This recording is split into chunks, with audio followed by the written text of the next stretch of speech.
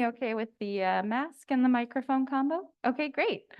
Well, my name is Lauren Fury. I work for MidPenn Housing, and I work out of our North Bay office, which is based in Santa Rosa, and we do development work throughout the North Bay, Sonoma County, a little bit of Napa, a little bit of Marin, and then our company is headquartered in Foster City and works throughout 12 counties of the Bay Area.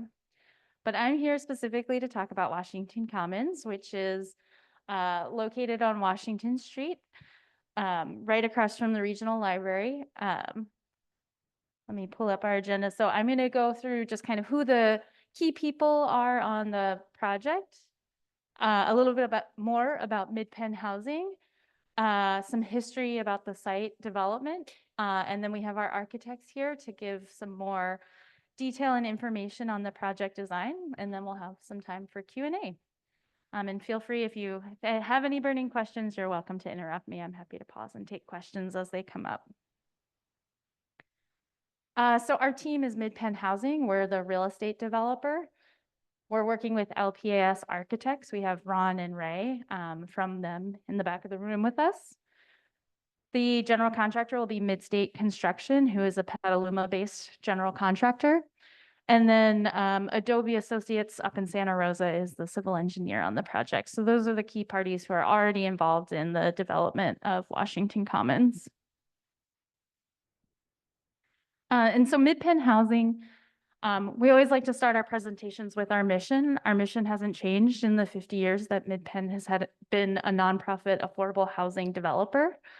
Our mission is to provide safe, affordable housing of high quality to those in need and to establish stability and opportunity in the lives of our residents and foster diverse communities that allow people from all ethnic, social, and economic backgrounds to live in dignity, harmony, and mutual respect.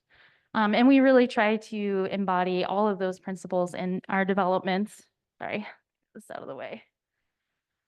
And so a little bit more about who we are. As I said, we're a nonprofit affordable housing developer. We've been a nonprofit since our founding in 1970, and we're founded with the exclusive purpose of developing housing for low-income households. We've developed over 8,500 homes in 100 different apartment communities throughout the 12 Bay Area counties. We have 3 different aspects to our company. We have the real estate development team, which I'm a part of. We have the property management arm, which is our biggest part of our company, actually, and that team manages those 125 communities. And then we also have a resident services team that provides services to the tenants at our properties. We have been around for a long time. We really pride ourselves on financial strength, exceptional property management, and making sure that we're providing services to our tenants that are appropriate to where they are in their lives and help them make the best use of the housing available to them. And one of the biggest things about us is we're an owner operator. So a lot of real estate developers develop properties and then sell them to the eventual property management or other entity that will run them. But MidPenn stays the owner of the properties in perpetuity. So when we're developing a place like Washington Commons, we come at it immediately knowing we're long-term neighbors, we're long-term community members here. We want to make sure we're doing right by the community we work in. And here are a couple of projects that are very near and dear to my heart. Fairhaven Commons in Fairfield. We completed construction on that in 2023, and that was a project I managed. And then Shirley Chisholm Village is a project in the Outer Sunset neighborhood of San Francisco that's completing construction this summer, and I was involved in the development of that. And that's also known as the Educator Housing Project in San Francisco, if people are familiar. So as I mentioned, we have a North Bay office at MidPenn that is focused here on the North Bay. For MidPenn, the North Bay also includes San Francisco, but up here in Sonoma County, this is an overview of our portfolio. So up in the corner there is Mahonia Glen. It's currently under construction in Rincon Valley and hoping to complete construction later this year. We have Casa Roseland, which is the Tierra de Rosas, Maitote Food Park. That's actually a MidPenn master development. And we expect to break ground next year on the affordable housing component, which is really exciting. We have Fetters and Celestina in the Springs that are currently in operations. And if you're driving on Highway 12, it's like the orange apartment buildings with the palm trees and the oak trees right on Highway 12. That's a Mid-Penn, those are two Mid-Penn properties. 414 Petaluma is currently leasing up right now on Petaluma Boulevard. And that's the same architect team that we have here tonight. And then Washington Commons is our newest development in Sonoma County, and we're currently pursuing entitlements on that project. So here's just an image of some of our projects. This is Celestina, which is a senior housing property in Sonoma Springs. It's like right next to the Fetters development. And then here's Mahonia Glen. It's on the corner of Highway 12 and Calistoga Road across from the Safeway in Santa Rosa. This is a rendering, but as I said, it's actually really nearing construction completion. I found this on Google Maps. This is right around the corner from my house. So it's really exciting to see this go up. It's 99 units, a lot of solar on the building. It's a really cool development right next to Safeway and other amenities and services. So we're really excited for this one. And then 414 Petaluma, also courtesy of Google Maps. Yeah, we just started leasing up. We had 5 lease ups happen in June. And so that's another really exciting thing right here, not too far from Brewster's. And so the reason we're here tonight is Washington Commons. This is a rendering courtesy of our architects. And I'm going to talk a little bit about what excited Mid-Penn about this site, a little bit of the development history before we really dive into the design with the architect team. So this is the site. This is the Petaluma Regional Library right here. Another food orientation point is the Elroy's food truck. And then that's our site across the street. And then, Highway 1 in the distance. And this is facing east. So it's about 3/4 of an acre site. As I'm sure many of you know, it's a really, really great location, especially for low-income households. It's super well located to just about every amenity you could want. We've got the library across the street, the Golden Gate Transit Stop, fairgrounds, the swim center and skate park, all of the East Washington Plaza. There's schools and parks. And then we're actually within a half mile of the SMART station as well, which gives us access to some development incentives that basically say, because we're transit-oriented development, we have things like no minimum parking count.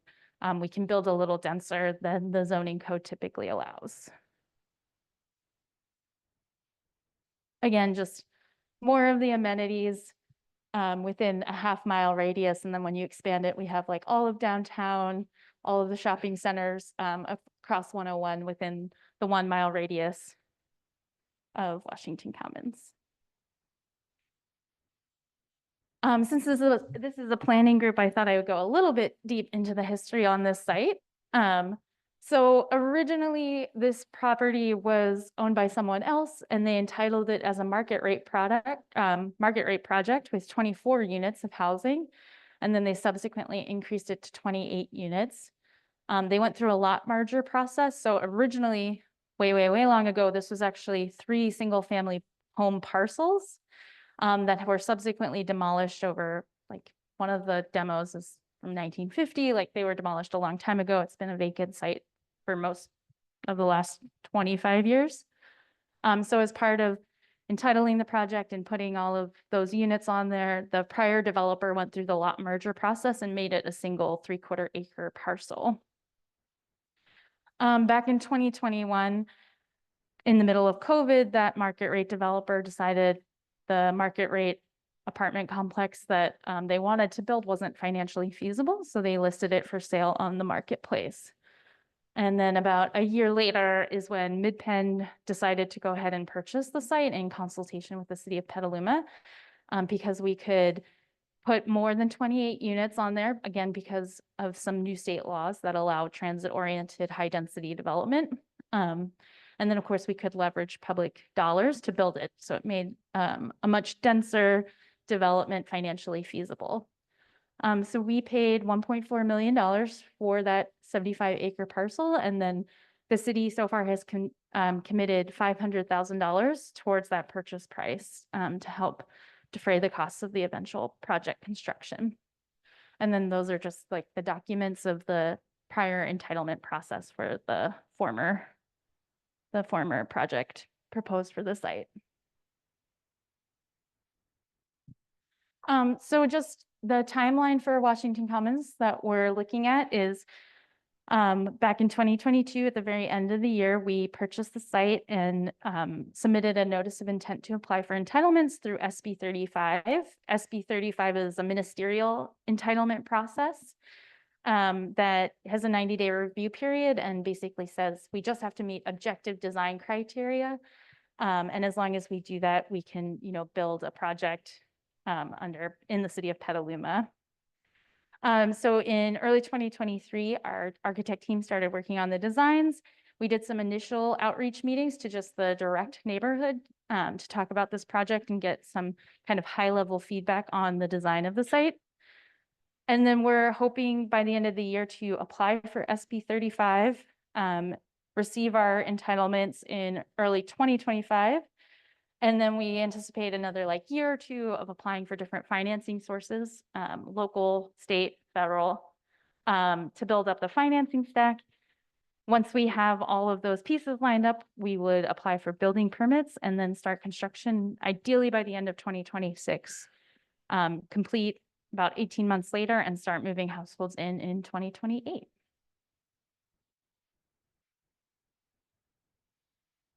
This is just to give you an idea of who are the household incomes that low income families make here in Sonoma County. So we'd be targeting households making between 30 and 60% AMI.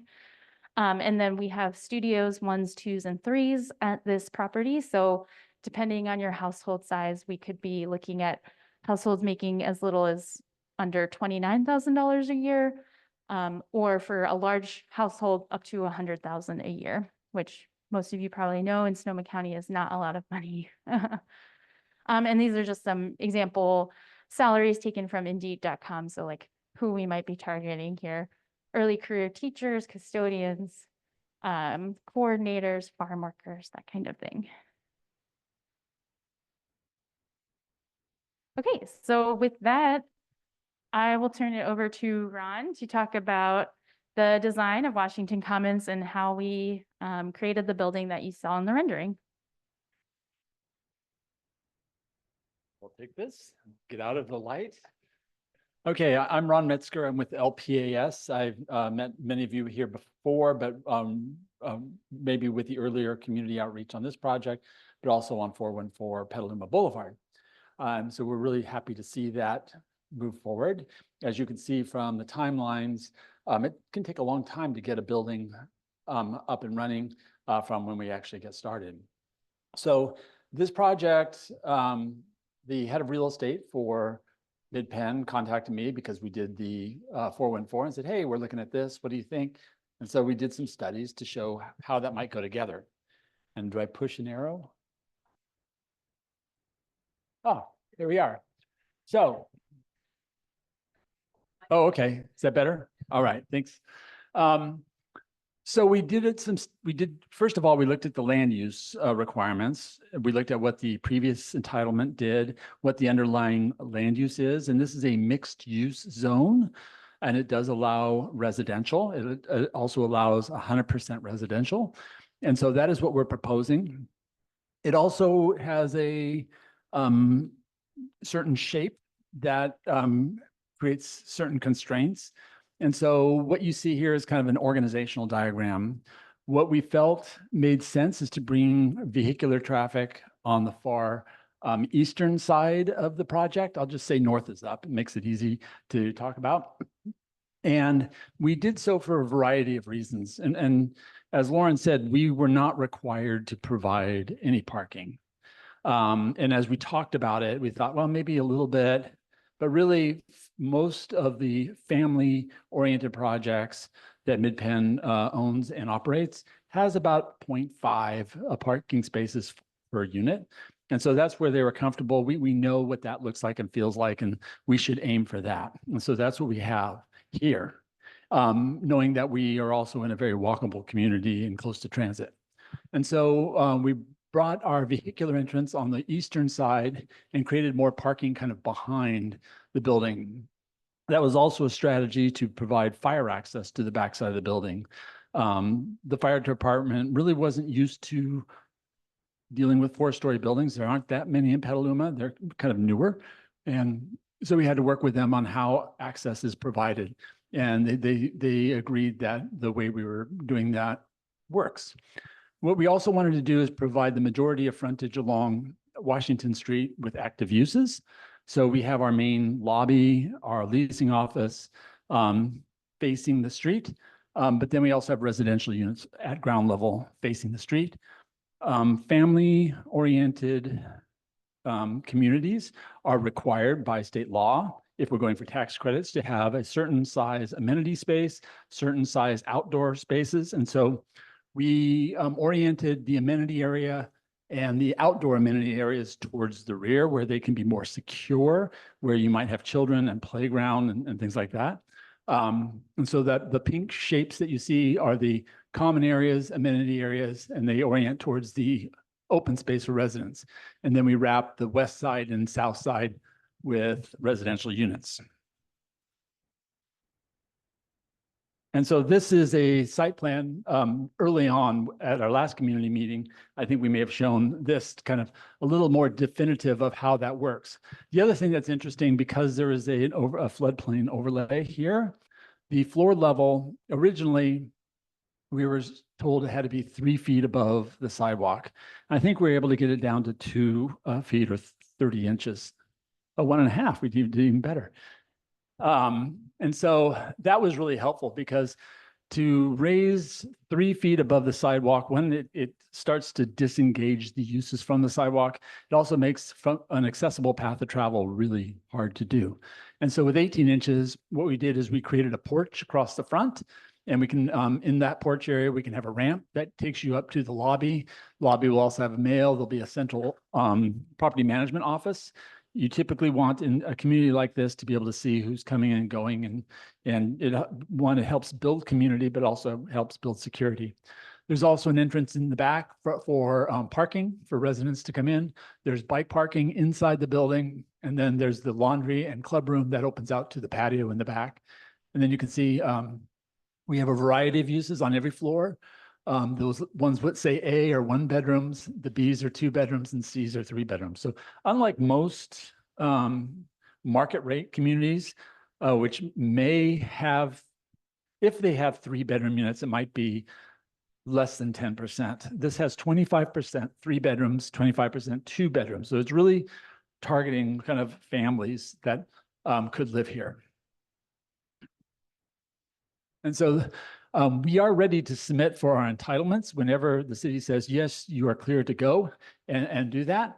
And so we have our drawings in the computer. You can start to see the layout of the floor plans for 1 bedrooms, 2 bedrooms, and 3 bedrooms. And it's a very constrained site, trying to get all of the utilities, the water treatment facilities, and parking and trash pickup, all of those things to fit. It was a bit of a challenge, but it does. And you can start to see the open space in the back that we have there. Okay, there's 50 units. At one time we had more than, I think we had 52 or maybe a little more. There's a threshold in the fire code that if you have more than 50 units, you have to have 2 points of access to fight fire on the building, which would have required a second driveway on the west, which would have pretty much made the project not work. And so we cut back the number of units. We kept it at 50, kept it at 4 stories, and we are good to go. Now, one of the things that state density bonus laws, particularly even since we did this, that they really give you a lot of flexibility with the underlying zoning. And so we are able to ask for a variety of waivers to the development standards, and the city has to grant them. They cannot say no if those waivers would preclude you from doing the project. And there's not a lot of waivers that we needed on this project. This project, for the most part, this project is set back from the single family homes to the north. And so we're good, except for the wing that comes back. The underlying zoning has kind of a tapered height restriction and setback. So as the building goes up, you have to set back more. We encroach upon that. So we ask for a waiver for that. Also, in the mixed use zone, you're not allowed to have residential on the ground floor. So we ask for a waiver for that. That may be it. There may be one more thing that's pretty minor, but those were the two that that I can recall at the moment. There'll be a lot of EV parking. Residential projects in California are required to have 50% EV parking. So 10% will be actual chargers, and the other 40% will be outlets. And so it should accommodate that as it moves forward. Then these are some architectural imagery that we kind of looked at as we were trying to think about, well, what does this project want to look like? And so we looked at some other projects that both are here in Petaluma, like on the lower right, but also projects that MidPenn has been responsible for or are also affordable housing projects. And so there's some contemporary and transitional, and we were kind of leaning in that range as opposed to like a completely traditional vocabulary. And yeah, here's some of the other examples that we looked at. And these are, again, affordable housing. So I think you could say that the elevation of 414 Petaluma is a little bit more traditional in its base, middle, and top, and the kind of the scale on Petaluma Boulevard North. The other projects are also affordable housing projects, but different styles. And we also like the fact that the ones on the bottom started to incorporate public art, which we thought would be kind of a nice thing to do if we can do that when we get to that point. So this is the elevations as they occur today. What we have is a strong base. It's mostly cement plaster. So one of the things also I should just say is projects, affordable housing projects, as Laura mentioned, it may take a couple of years just to assemble all the funding. It's incredibly competitive and costs are incredibly important to manage. And so what we are looking at is a project that is primarily cement plaster. And so we have a deeper plaster base and we've got bigger windows at the base because we have a higher floor to floor at the ground floor because we want to have our amenity areas having higher ceilings. So we use that to provide higher windows in those units. You can see the porch where we have our lobby, leasing office, kind of mail area facing the street. And then the next floors up are all residential. We tried to just modulate the facade in ways that provide variety and kind of reduce the overall scale for the project. You know, and also maybe provide opportunities to enhance areas like the colored areas could become art in the future if we get to that point. Oh, that was it. I'll just go back. So she mentioned SB 35. So 414 Petaluma Boulevard was the very first project to use SB 35 in the city of Petaluma. And MidPenn was a really good partner with the city, kind of helping the city kind of figure out that process. And, you know, and when we would go to Planning Commission, really, there was not a decision for them to make. They could review and comment, and we listened and we tried to do what we could. Some things we couldn't do. Most of the things we were able to incorporate. But I think it was a very positive experience with the city and MidPenn to get that done. And so when MidPenn said, yeah, we're going to use SB 35 for this again, there's a lot of trust built on that we will do a project that is going to be responsive to community input, that's going to be responsible to the city's needs. We just need to get it submitted and get it moving forward.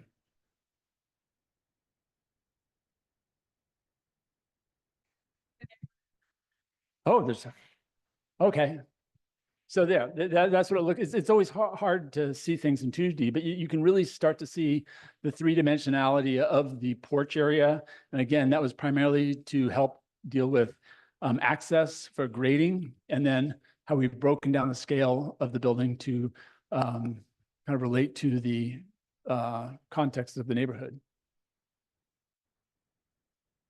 Go ahead.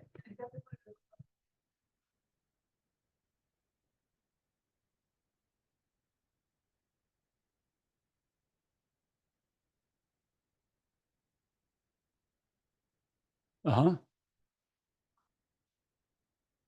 So this part of the building here on the right to the kind of brown bay just beyond Washington Street Commons, that part sticks out very close to the sidewalk. And then it sticks back about 10 feet and the building goes back a little bit further. And then it steps back a little bit more. The building is not because Washington Street Boulevard has a curve to it. So the building has to kind of step back with the curve. Yeah. There is an elevator, so all of the units in this building will be adaptable for accessibility, and 15% will be have mobility accessibility, and then it's either another 4 or 5% that has hearing. And what's that? Oh, it's 10 now. Oh, 10. Okay. It used to be, it changes all the time. Okay. Thank you. So yeah, all of the units it will be able to accommodate any needs for people. Make sure so far you've been doing great, but make sure you give context to people on Zoom because they can't. Oh, okay. Oh, okay. I will repeat the question. Okay. Yes. All of the windows are operable. They are either sliding horizontal or sliding vertically. And that it was, is one of the interesting things when we were dealing with the fire department. They were going, well, how do we get people from the 4th story? Well, you're not required to do that. We don't have to, they don't even have to open, but all of our windows open and they open all the way. The sill height of windows are at 3 feet, which is what code requires in order to open them fully. And so they're either a 2 foot wide or 3 foot wide opening at every window. So living rooms, bedrooms will all have operable windows. Okay.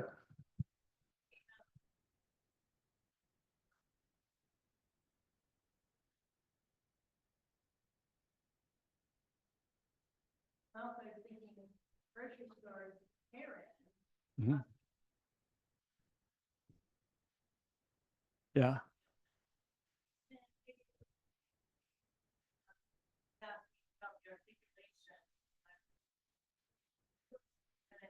rendering that was very flat. Yeah.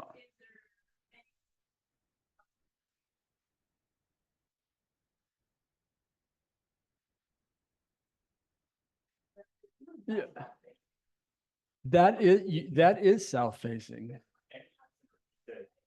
Oh, is there opportunities? Sorry, I think are there opportunities to create more 3-dimensionality within particularly on the front facade, which is south facing? And the suggestion is maybe sunshades or some other things. I think we can certainly look at that as we go forward. Yeah. Yes.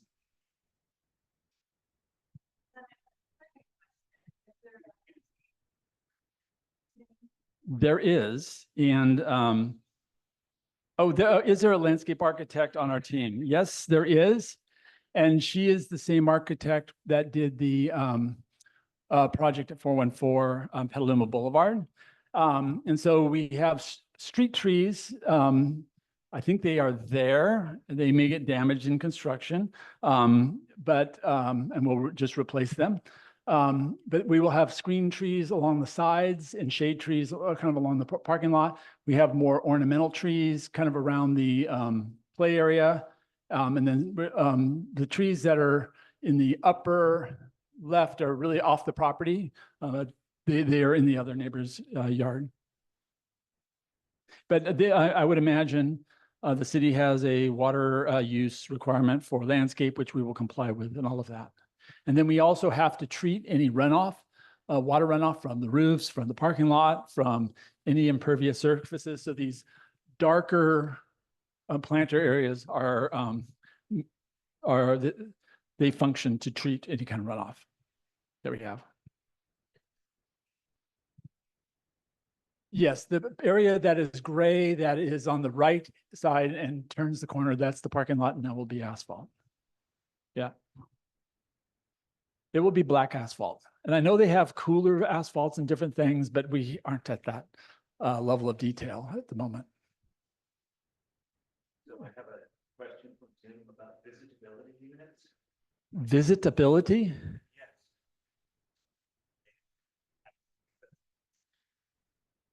Yes. Yes. Well, all of the units are single level units. Usually when I think of visitability, it has to do with multi-level units, which have a different requirements, but we don't have that.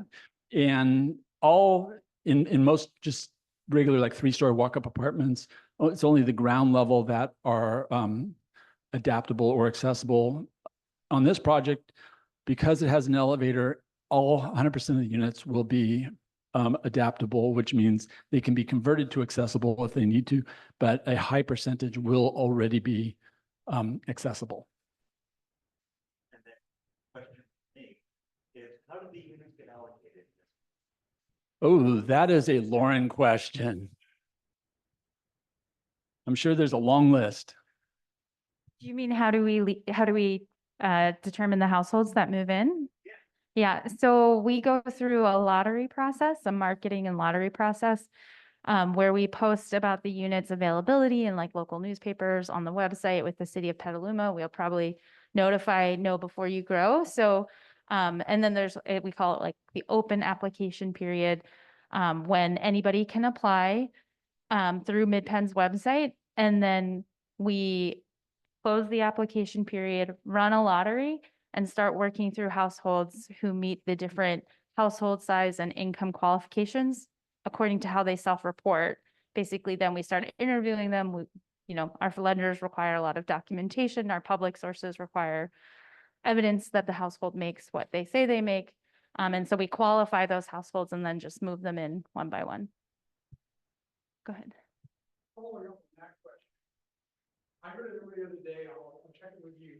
How many applications did you get for the 443 project? Heard how many units you have? What a good question.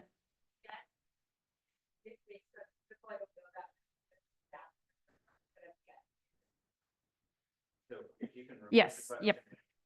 So for 414 Petaluma, we've already done the lottery application period, all of that. They're just starting to sign leases with tenants right now. Typically, we don't know exactly on 414, but typically a MidPenn project will get around 1,000 applicants.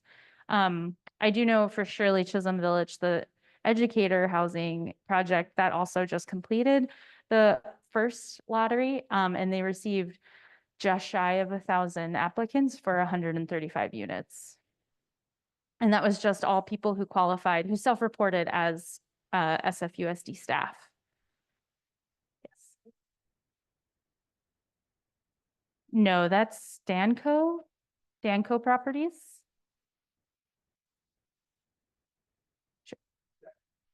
Well, I'm gonna kind of pronounce your name, but I think I'll just pass on that. That's fair.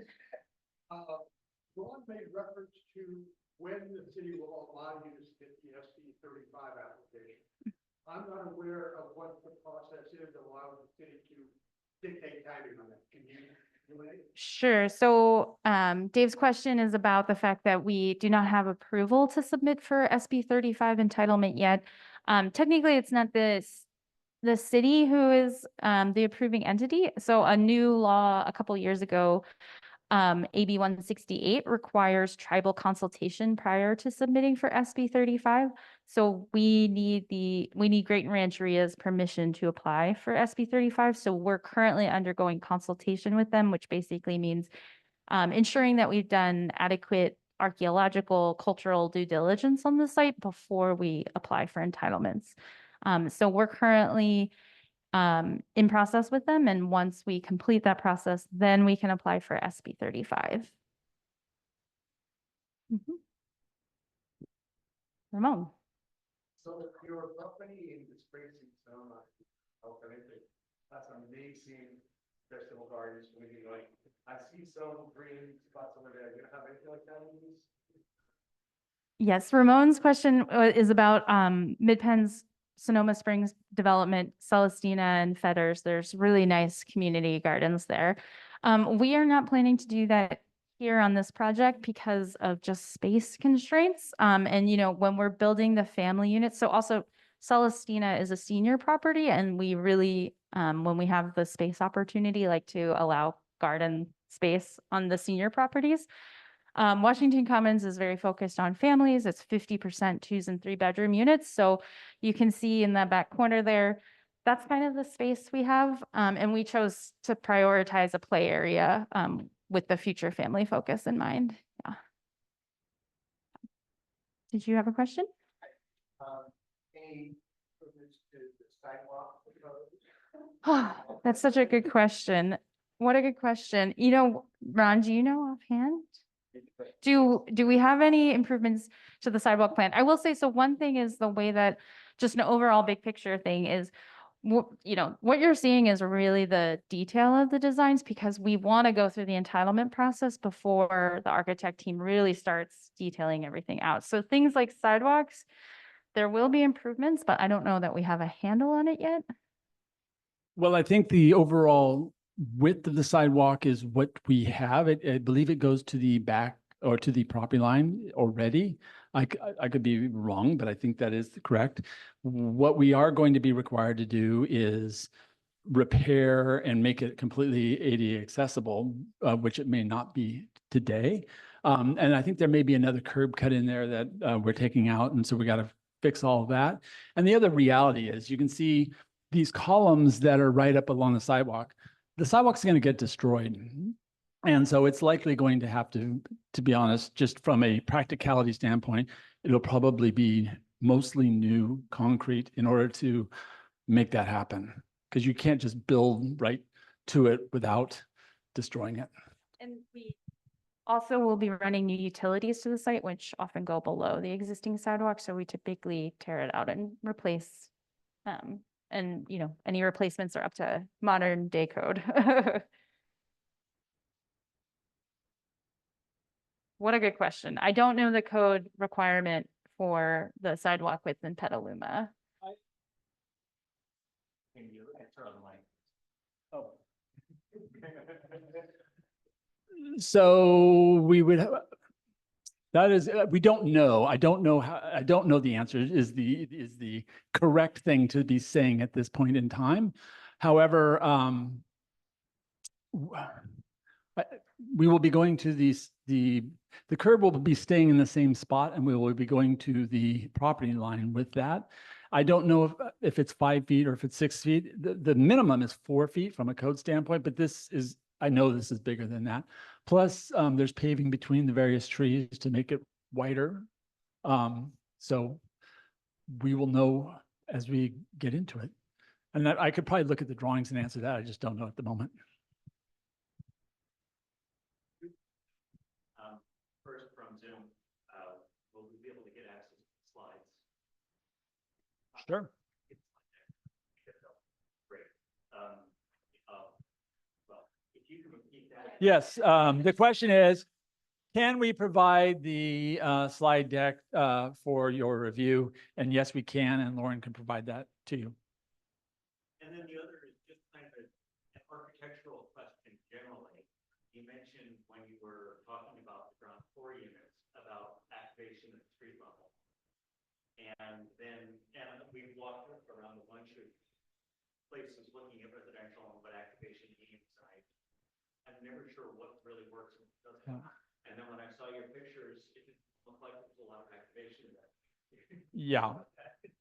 So we've gone back and forth on whether or not, like, a lot of times you might see stoops with patios and porches. And at one time we started to look at that, but then we also realized that's the only place we can put water quality. And plus, there, in an affordable project, there becomes a security issue with doing that. And so what we did is we provide bigger windows out to the street for this particular project. The question was about activation, if I did not answer that, on the ground floor. Yes.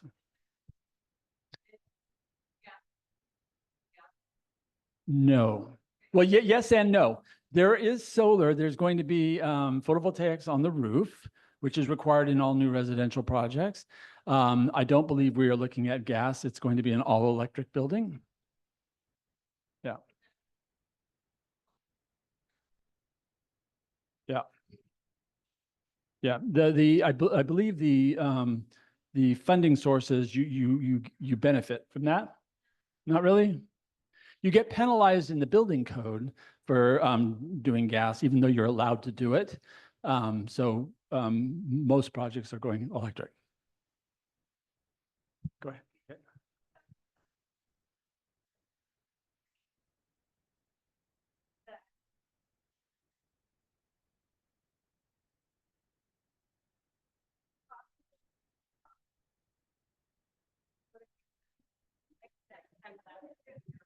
Yeah. Okay. The question. Go ahead. The question is whether we could put a crosswalk into the library. And so the answer is we would absolutely love to do that. But we have to, as Ron alluded to, we have to be really cost conscious. Unfortunately, things like putting in crosswalks could end up being much more expensive than you imagine. And we also need the city of Petaluma to really buy in with that. But one possible financing strategy for this project is the Affordable Housing and Sustainable Communities Program, also called ASIC, or they call it something else in other parts of the state. I don't know what it is. AHSC. But basically that program is funded by the Cap and Trade program of California, and it funds affordable housing and sustainable communities. So you pair an affordable housing development with sustainable infrastructure improvements, and that can run a really large gamut, but can include very specific project-based, bike lanes for a certain length, new crosswalks, improving connections to existing transit. So that is one we would really love to apply this project for. And if so, we would apply with the city of Petaluma as a partner and basically go through their portfolio of upcoming capital works projects and try and tie it all together. And then the program would fund those improvements too, not just the housing. Yeah, I know. Yeah, it's yes. We'll be working hard on that one.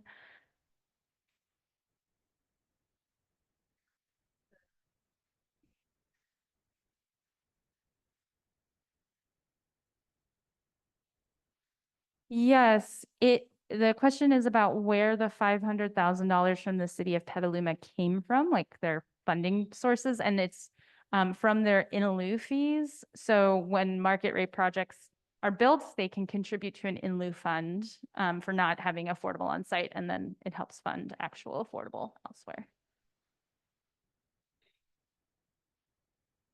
Uh-huh. Yes.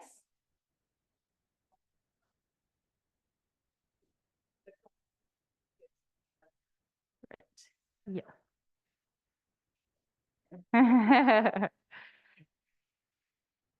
Yes. Yeah, and I do know that Washington Street is a high priority corridor for the city of Petaluma.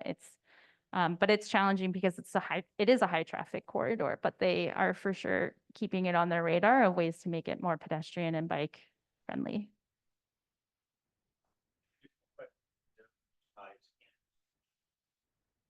Crosswalk discussion is, are you leaving the space for a bus shelter on the sidewalk? And what bus connectivity is there? That is a great question. The question is whether we're leaving space for a bus shelter on the sidewalk here. And no, we are not, because again, we are right across the street from the Golden Gate transit stop in front of the library. And that's also, there are local bus stops kind of all around the area. The other big reason that we can't do that is because we would have to cut into the sidewalk to make that a reality. And as we see from this, we don't really have the real estate to cut out a bus shelter there. And that also affects fire access. And it's very important to the fire department to be able to pull a fire truck up directly next to the building to reach that fourth floor condition. And so no bus shelter. Yes, and the bus stop is at the corner. Yes. Yes. The bus stop is not in front of Washington Commons. It's down the street closer to the Jack in the Box. Yes. Yeah.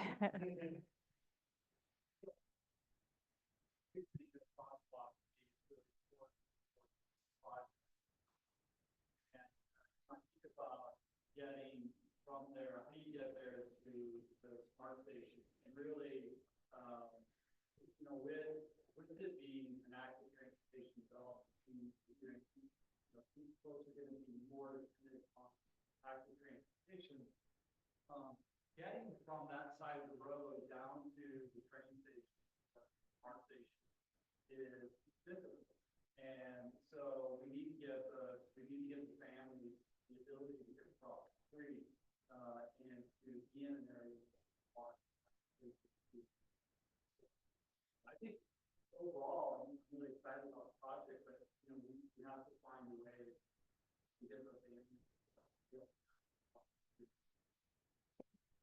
I agree. I will just briefly summarize that, yes, right now the connectivity to the smart station from Washington Commons is not a very pedestrian or bike friendly experience. Yeah, and so, yeah, it's definitely something on our priority. And obviously, we're not the only development that benefits from these new state laws that allow greater density, no parking and things like that within half miles of the smart station. I think we're going to see this all throughout the Sonoma County area, all along smart stations. We have to rely on our city partners to connect the people to these transit stations, especially now that we're allowed to build a little bit differently than we have in the past. Just a couple of things in your amenities slide, as a parent of two graduates of Live Oak Charter School. That's another one of your amenities within walking distance. Great. And secondly, in terms of connectivity to the smart station, it is relatively easy to walk from the last picture you show, walk slightly west and cross and walk to B Street and go to B Street. It's definitely, it's a doable walk, I would say, depending on the route you take. It's more or less enjoyable. I'll say for me, I'm a biker, so I would love an easier way to make that connection on a bike. And yeah, like I said, we're really excited about the ASIC opportunity because we think that could be a really, powerful catalyst for improving the connection. Again, look at all of these amenities. They need a good connection to the smart station.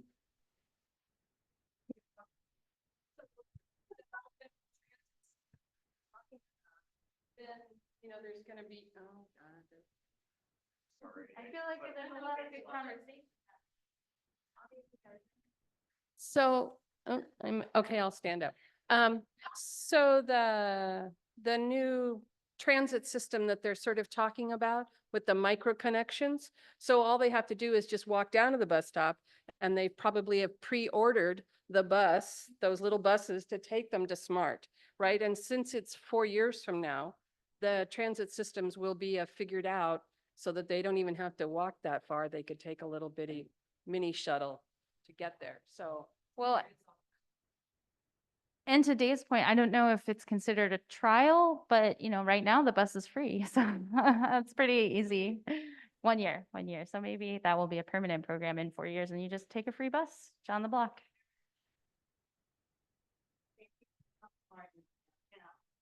Oh. And maybe that shuttle will be able to. Yeah. They're doing that in Santa Rosa too. Yeah. There's now a shuttle that moves between the smart station in downtown Petaluma and actual downtown Petaluma. Yeah, that'll be great.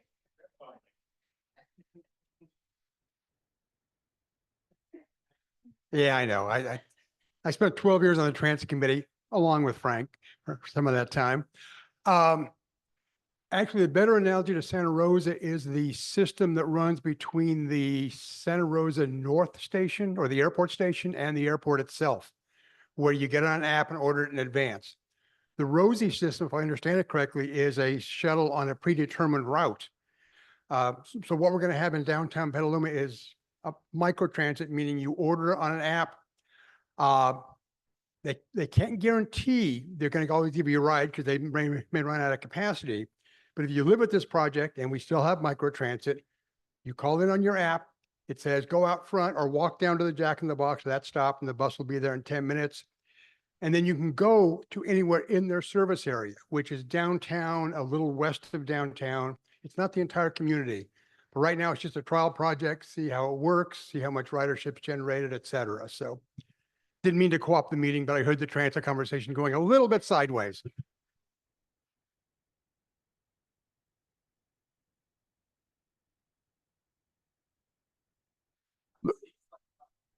Correct. Yeah, microtransit's Luma Go. Really, you're getting into fixed route, Luma Go, paratransit. They all sort of blend together. There's a lot of overlap. You know, somebody who used to ride paratransit might find Luma Go isn't going to work well for them.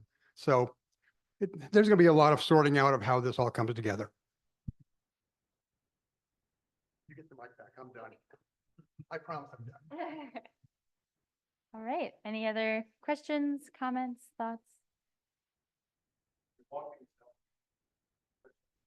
Some people will use no.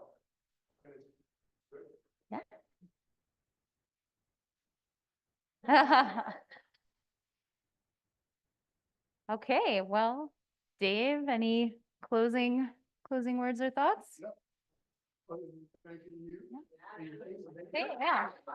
Right, thank you all for coming out. It's great to see the interest in the project.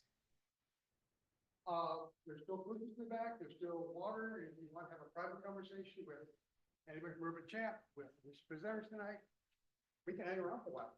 We have the room for another hour and a half. There you go. Thanks for being here. Thank you. Thanks so much. I know.